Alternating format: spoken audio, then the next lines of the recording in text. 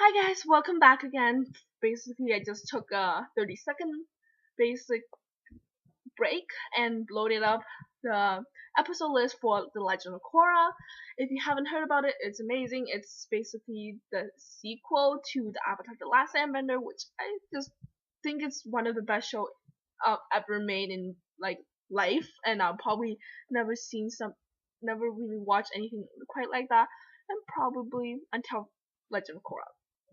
So to begin with, Legend Korra is basically um the sequel of Avatar: The Last Airbender. It's basically the next Avatar's cycle. I guess the end of Aang's and the new cycle of Korra, and it's fabulous. The first I'm gonna point out some key things I found that it was kind of different from Avatar.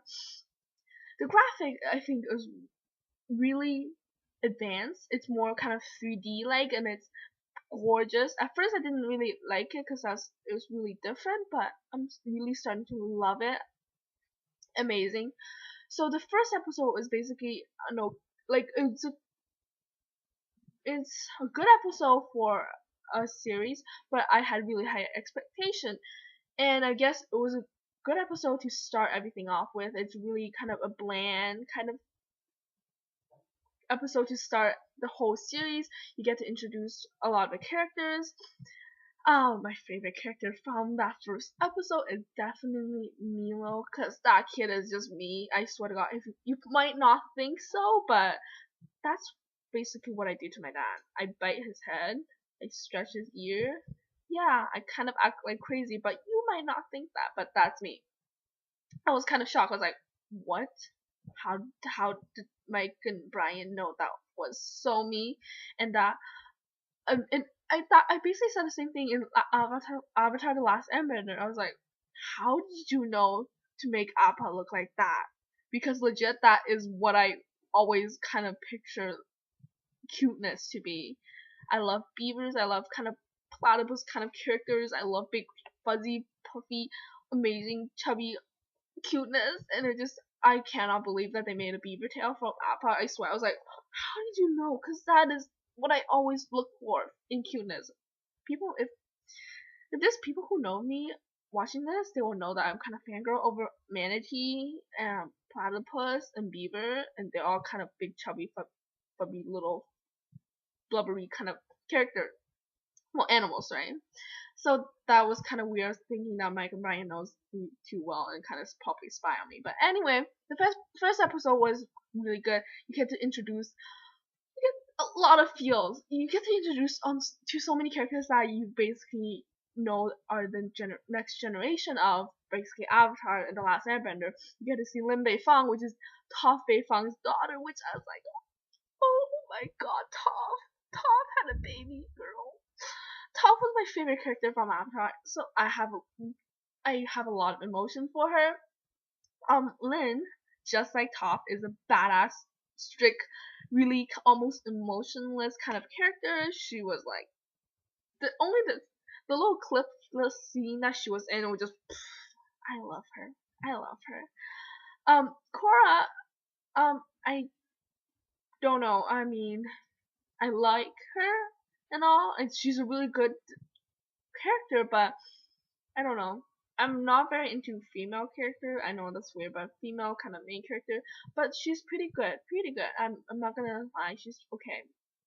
Um, Katara, she's cute. The old Katara. I show my mom. She's like, why is this an old lady? I'm like, it's Katara, but she never watched Avatar, so she doesn't know what I'm talking about. But my dad and I actually watched Avatar together, so we were kind of fangirling together. Let's see what was it? Yeah. You get to see Tenzin, basically Aang's son. He was basically really Mr. Calm and really kind of the Aqualad of Korra, but that was basically we basically introduced to everything, and that was the first episode. It was pretty well done. There was Korra's definitely a kick-ass girl. There was a lot of firebending, a lot of epic, awesome Korra kick-assness, so that makes me like her more. But I don't know. There's something that I just can't really pinpoint that I don't quite like about girl. Girl basically girl main character. On to the second episode. This episode was much better because you have more things going and it's not introductory kind of episode. It is you get to see pro bending, so there was a lot of bending and a lot of epicness. You get to see two amazing cute guys, Mako and Bolin. Wow, yeah. There are shipping wars over this. I cannot believe that there are shipping wars that kind of break the fandoms apart. But you get to see the pro bending. You get to see a lot of basically Korra's struggle in training for learning the air element. And I forgot. Okay, this is going bad. I don't know why.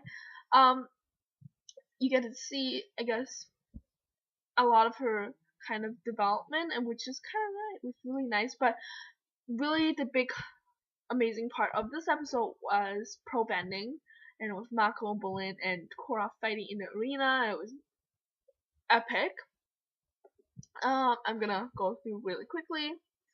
Then the third episode, where oh my gosh, the episode just keep on getting better and better and better. I cannot explain how amazing this is. The third episode is already so great.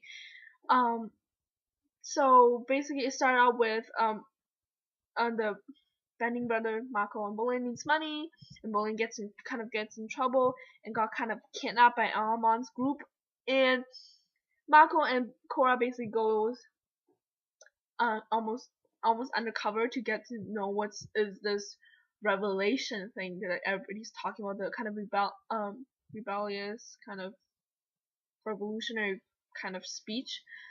You get to see Amon. The voice actor for Amon's basically God. He's brilliant.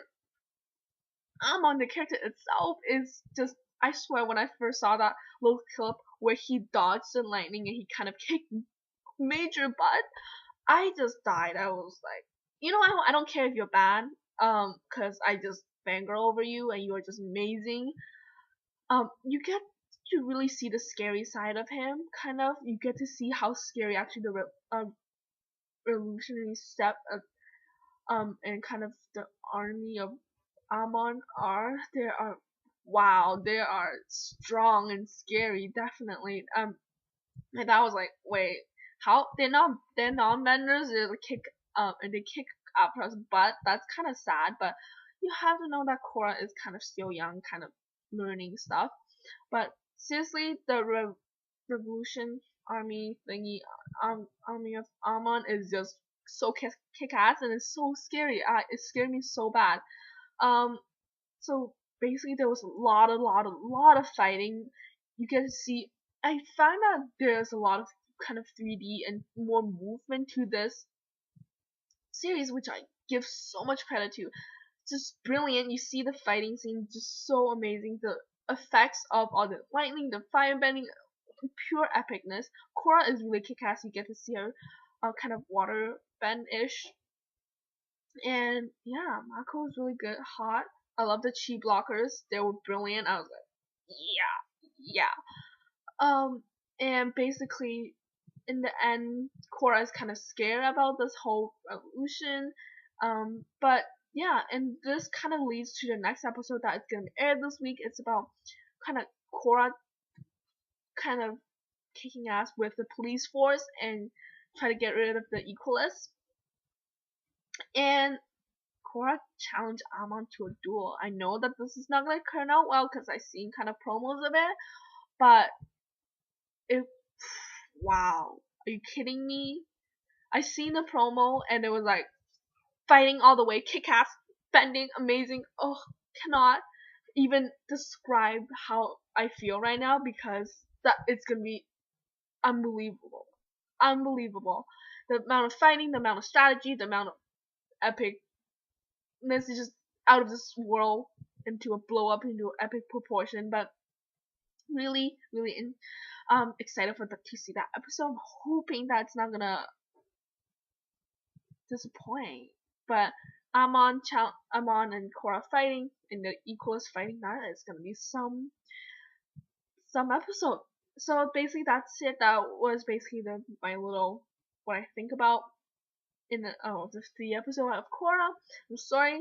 I tried. It's a night. I would have totally jumped out of my chair talking, but I try to make myself calm. And yeah, I kind of got my friends watching Legend of Korra as well. I got two of my friends kind of already legit fangirling over Korra. We basically squeal during lunch the whole time, and my other friends who doesn't watch it kind of really just don't want to be there because my sister and my two of my friends kind of just freak and we want to do reviews together, but we probably would just end up squealing the whole time. We just be like, I cannot explain gibberish, blah blah blah. That's basically how the review will go if we probably film reviews together. So every single day, I'm trying to. Well, before I film reviews for Korra, I basically need to wait a week or so, a few days after Korra actually aired, because if I film reviews that exact day that it's aired, I don't think I can even produce any words from it because I just cannot describe my emotion because it's just so good. So basically, I would wait a few days to review my current episodes, and yeah, hopefully you will understand my emotion. And after you watch this, I'm really hoping that some of you guys watch it because it's seriously amazing, amazing, amazing. I recommend it very much. And if you want to see Hawkeye's kick-ass fighting, cute animal characters, and just really good character development, that leads me to another point. Bolin was very developed. Everybody's saying that, but he is actually really, really, really developed. I know that a lot of people are saying that, yeah, but he is such a developed character. I cannot believe. I can only imagine the amount of work Mike and Brian put into this show, and these shows are just fabulous. I can totally see them getting the rewards out of all the effort they put in. Cause I wish I have like 10 arms or something to give them thumbs up because brilliant. I cannot even describe how brilliant they are. So a big round of applause to them for making my life so happy. So basically, I'll be signing off, and I'll probably just be going to bed because it is 1 in the morning. 1 in the morning. Yeah, I'm such a night creature. But anyway, bye guys. Okay, now I can't find my little stop button.